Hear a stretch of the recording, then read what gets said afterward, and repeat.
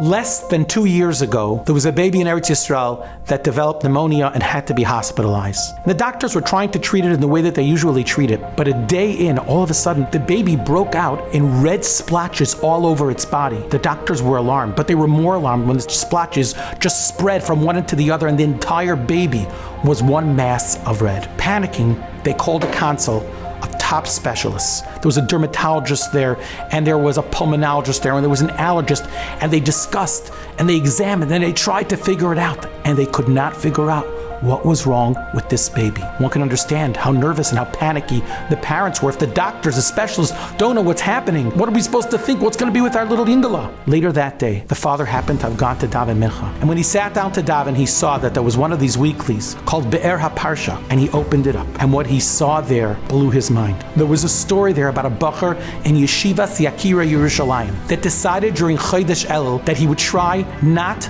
to leave the building of the Beis Medrash so that he shouldn't have nisyonos, he shouldn't have challenges in Shmiras Hayinayim. About 2 weeks in, all of a sudden he developed a terrible skin rash.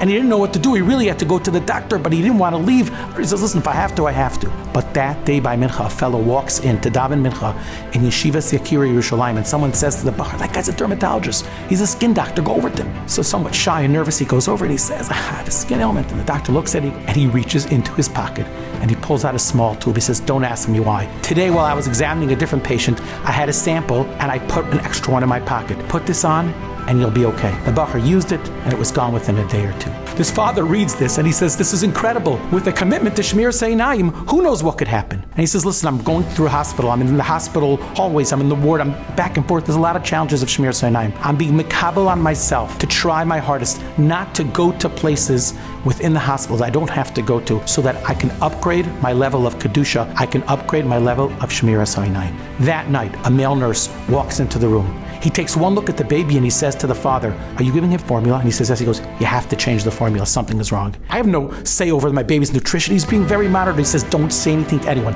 The next time they come to feed the baby, ask for a different formula. The father says, okay. They come later to feed the baby. And the father says, no, that formula is not good. You have a different one. They said, yeah, we can give the hypoallergenic one. By the next day, the baby's rash had cleared away and the baby was on the heel. 1 day of commitment to Shmiras Hayinayim and everything was clear. I think in our own lives, there's definitely areas in our life that are somewhat splotchy. There's things in our life that are unclear. With a commitment to Shmiras Hayinayim, with an upgrade in our Kedusha, we too, hopefully, can merit miraculous results.